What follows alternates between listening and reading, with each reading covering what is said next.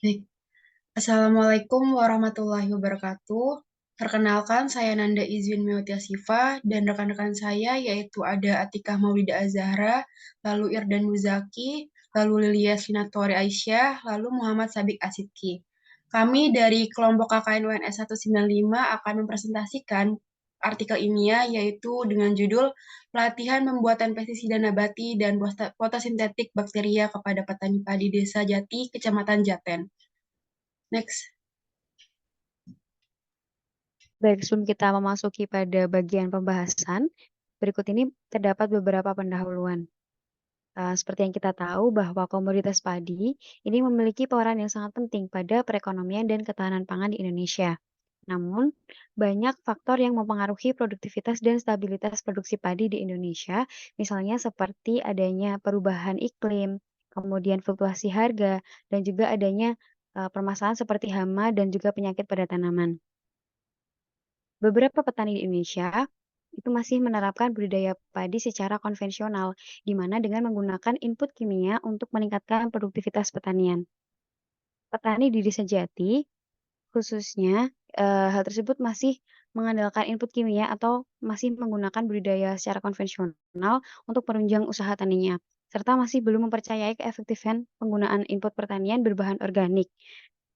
Berdasarkan permasalahan tersebut, kami kelompok 195 KKN UNS Membangun Desa menyelenggarakan program kerja utama yaitu pelatihan pembuatan pestisida nabati dan fotosintetik bakteria atau PSB.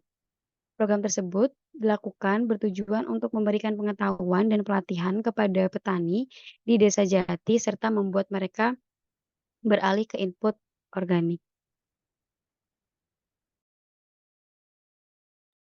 Kemudian metode-metode yang kami gunakan dalam penelitian ini yang pertama yakni perencanaan dan uji coba. Pertama, proses perencanaan ini meliputi pematangan konsep dan bentuk kegiatan. Konsep yang dihasilkan dalam pengabdian ini yakni pelatihan secara langsung bersama petani setempat. Proses uji coba dilaksanakan sebelum kegiatan pelatihan berlangsung. Hal tersebut guna mengetahui bahan dan alat yang dibutuhkan serta untuk memperbaiki kegagalan. Yang kedua, yakni pelaksanaan pelatihan. Model yang dilakukan dalam kegiatan ini adalah demonstratif partisipatif. Masing-masing peserta diberi alat dan bahan serta leaflet mengenai tata cara pembuatan pestisida nabati dan fotosintetik bakteria. Sehingga pada saat acara keberlangsungan, petani juga dapat mempraktikannya bersama-sama. Pelaksanaan diawali dengan pembukaan oleh mahasiswa, kemudian demonstrasi praktik, kemudian dilanjutkan dengan tanya jawab dan terakhir penutup. Output dari kegiatan ini adalah hasil pestisida nabati dan fotosintetik bakteria yang perlu didiamkan terlebih dahulu, kurang lebih selama 3 hari sebelum siap untuk digunakan.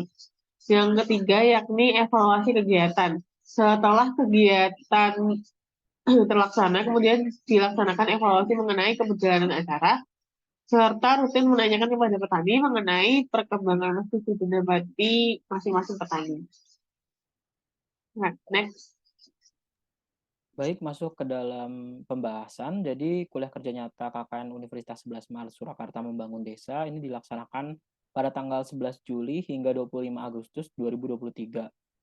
KKN kelompok 195 ini memiliki 10 program, dua diantaranya adalah program utama, yaitu yang pertama ada penyuluhan pembuatan fotosintetik bakteria dan juga pelatihan pembuatan pestisida nabati.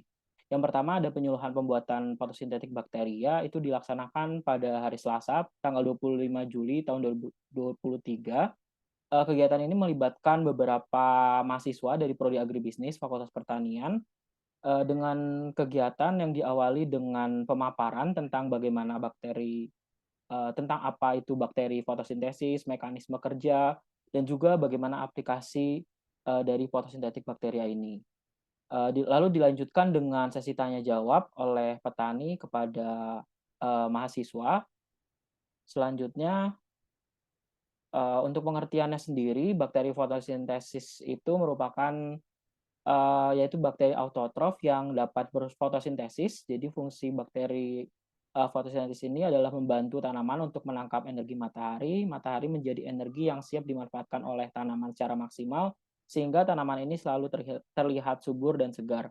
Untuk manfaatnya sendiri yaitu yang pertama membantu kebutuhan nitrogen, yang kedua mengurangi hidrogen sulfida, yang ketiga membantu menyerap pupuk, yang keempat mengandung vitamin dan mineral yang berguna, yang kelima menambah suplemen dan nutrisi, yang keenam ada membantu menstimulasi pertumbuhan akar, yang ketujuh membantu menstimulasi kekebalan tanaman, dan yang terakhir adalah membantu akar dan daun tumbuh lebih cepat.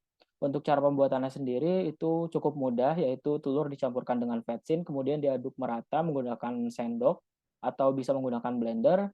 Dan untuk botolnya sendiri itu diisi oleh air sumur, kemudian nanti telur yang sudah dicampurkan dimasukkan ke dalam botol dan ditutup, lalu dijemur 2 sampai 3 minggu untuk menjadi fotosintetik bakteria.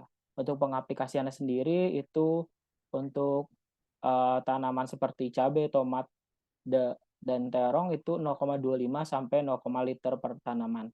Untuk tanaman tahunan itu bisa 1 sampai 2 liter per pohon.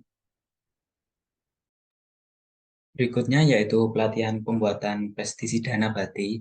Nah, kegiatan ini dilaksanakan pada tanggal 3 Agustus 2023 yang dihadiri oleh petani lokal setempat. Nah, tujuan diadakan dari pelatihan ini yaitu meningkatkan keterampilan petani dalam menghasilkan pestisida nabati yang efektif, aman, dan ramah lingkungan. Untuk manfaat dari pestisida nabati itu sendiri yaitu mendukung pertanian berkelanjutan, mempertahankan keseimbangan ekosistem, dan menghasilkan produk pertanian yang aman dan berkualitas. Untuk karakteristik pestisida nabati, yang pertama tentunya berbahan dasar dari tumbuhan yang berkhasiat, mudah terurai di alam, tidak meninggalkan residu berbahaya, biaya produksi yang terjangkau, serta tidak menyebabkan keracunan pada tanaman budidaya. Next.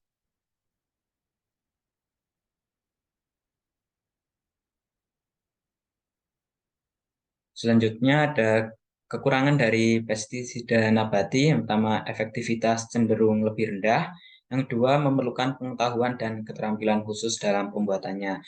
Untuk bahan-bahan yang kami gunakan dalam kegiatan pelatihan ini mencakup jahe, kunir, kencur, temu ireng, laos, itu sebanyak setengah kilo, lalu tembakau 1 kilogram, air 10 liter, tetes tebu 150 ml, dan EM4 100 ml. Untuk tahapan pembuatannya sendiri, yang pertama yaitu mencacah dan menumbuk semua bahan rimpang, dilanjutkan dengan mencampurkan tetes tebu EM4 dan rimpang yang sudah dicacah dengan air sebanyak 10 liter. Lalu yang terakhir yaitu memfermentasikan campuran bahan tersebut selama 3 hingga 4 minggu. Untuk penerapannya sendiri yaitu dengan cara disemprotkan setiap 7 hingga 10 hari sekali dengan konsentrasi pestisida nabati sebanyak 250 cc per tangki ukuran 14 liter.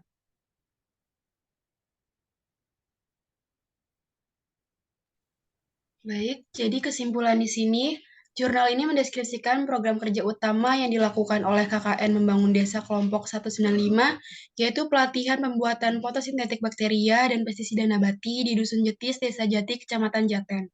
Sektor utama di Desa Jati yaitu sektor pertanian. Jadi petani di Desa Jati ini mayoritas menggunakan bahan kimia. Lalu kurangnya pengetahuan dan pendidikan mengenai praktik pertanian berkelanjutan seringkali menjadi hambatan.